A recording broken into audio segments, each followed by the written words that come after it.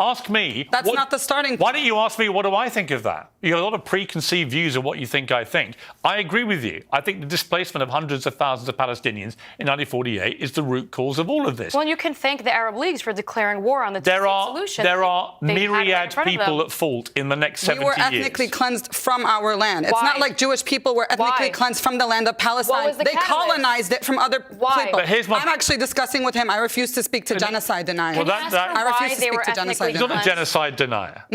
She's not. Do you know the definition of a genocide? No, I do know the definition of a genocide. Gaza currently is a concentration camp because the Palestinians. You think Hamas wages genocide? I believe that. Look at the numbers. Look at the Palestinians who have been killed. Hamas's stated purpose. We're not here to talk about any specific to eradicate the Jewish people. It's their stated purpose. The first thing that we should be fighting for literally is for Palestinians to be returned home to their homeland. That is literally, talk about the specifics Hamas's stated purpose is literally the definition of genocide. It's wiping out people based on their ethnicity. The hostages who were released had otherwise to say. The 2 out of 250. Let's applaud Hamas. You can't. Okay. The hostages that Israel didn't even want to take to begin with. They didn't even want to take them back. But they did take them. The Palestinians need to divorce themselves as they bomb Gaza, risking their own hostages. I'm going to keep speaking. They don't care about killing Palestine needs to be liberated from Hamas, because when your governing body is a terrorist organization, that is the root of the problem, not the alleged ethnic cleansing. The ethnic cleansing of Palestine happened decades before Hamas was even created. Let me ask you a question. Do you think that Hamas should stay in power in Gaza? I'm not here to talk about political organizations. No, I don't care about these questions because my people are being ethnically cleansed. Because I see the faces of 2,500 Palestinian children on social media every day, charred, mutilated, having chemical weapons against them. So this is going to be my priority on this show, just like any Palestinian around the world is speaking up for our cause. You will also stop using babies as human shields. Stop it's making the most densely populated region in the world. Yeah, but you will also know 2.3 million Palestinians live there. Half of them are homeless. Let me respond to you. So I want us to watch this Piers Morgan debate, and we can share our thoughts and opinions in the comment section like we always do. Like I said before, right, I like watching Piers debate because you get to see things from other people's point of view, right? And most of the times, those things or what the people said might not necessarily be what you agree with or you would go with. But then again, it's always better to have a variety of ideas than just your own idea. The more information we have about a particular subject makes us better in our judgment of that subject. So let's watch. Emily, what did you make of that exchange I just had with Loki? I just dislike how you ask a clear-cut question, and the question never seems to be addressed on any of your interviews, quite frankly. It seems like they use the airtime as an opportunity to deny the question and just spread their own narrative, and it's pointless. The debate is pointless. It's a one-sided conversation, and there's no actual conversation. It's, here's my question. Oh, but what about this pin? Right. I mean, Nadine, my problem with it was I've interviewed some pro-Palestinian voices in the last 2 weeks who were emphatic immediately. Let me make it clear. What happened on October the 7th was a disgusting terrorist attack, an abomination. And then they go on to talk about the plight of the Palestinian people and maybe the historical conflict and so on. And I have great respect for people that do that. I've got to say, I really struggle with anyone who just cannot have the humanity to start by saying what happened on October the 7th was appalling, an outrage.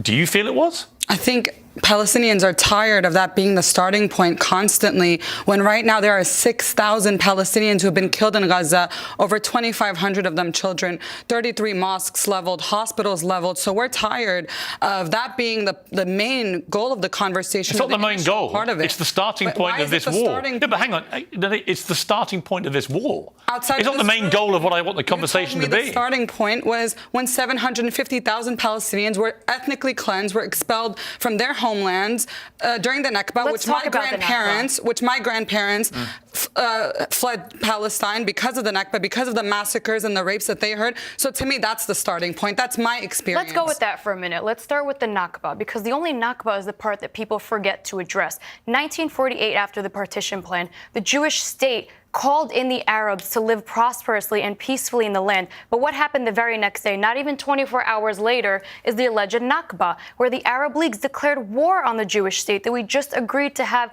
our two-state solution. And what did they tell their people? Leave the state, let us get the land back, let's ethnically cleanse the Jewish people, and once we defeat them in this war, you will come back to the land. So the only Nakba was a catastrophe that you guys, the Arab leagues, waged a war that you could not win, and that is why, I'm sorry, your grandparents had to leave their homes. That's completely ahistorical. I don't represent the Arab League. I'm Palestinian, and I'm speaking on behalf of the Palestinians. But why do you find it hard to just start, given this war, this latest war that's erupted, began with a terror attack on October the 7th, why is it hard to not just say, that was terrible? I don't see you asking Regev if he condemned the slaughter of innocent civilians. You can't do it, can you? No, she can't, because she's the same woman who said every Zionist before they die should hear pop, pop before they die. So she probably agrees with the massacre. So why would she condemn them? I think the media is part of manufacturing consent. We're talking about you. I'm speaking here, and I'm not interested in speaking to genocide deniers.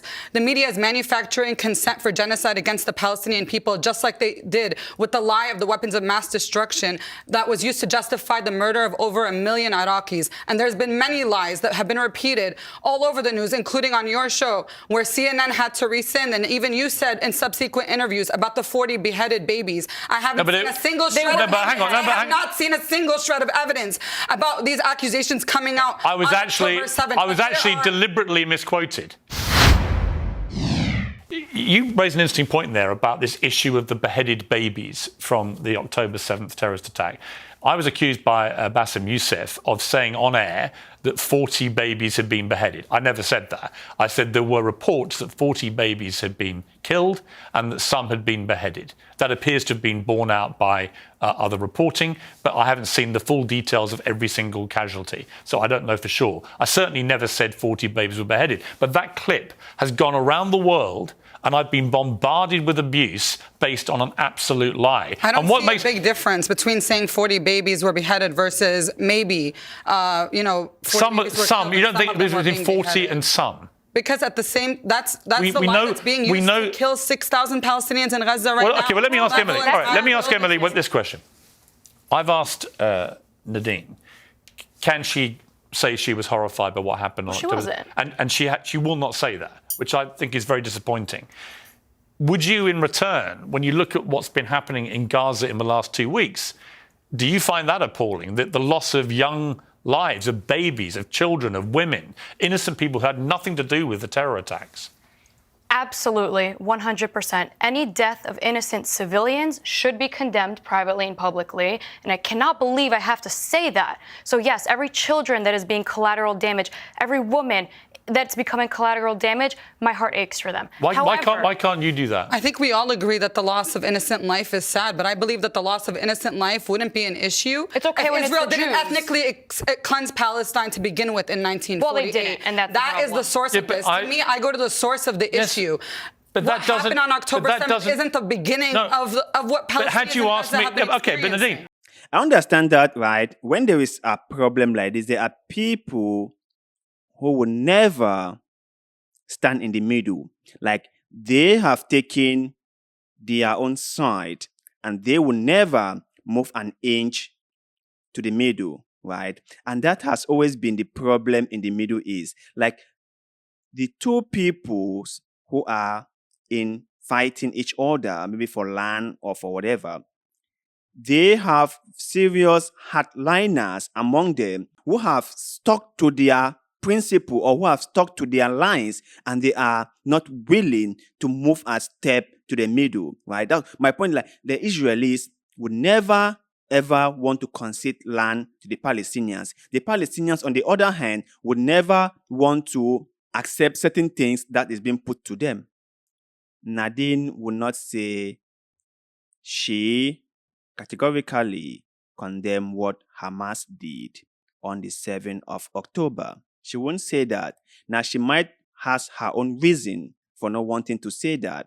Like most Muslims peers have interviewed have refused to condemn what Hamas did.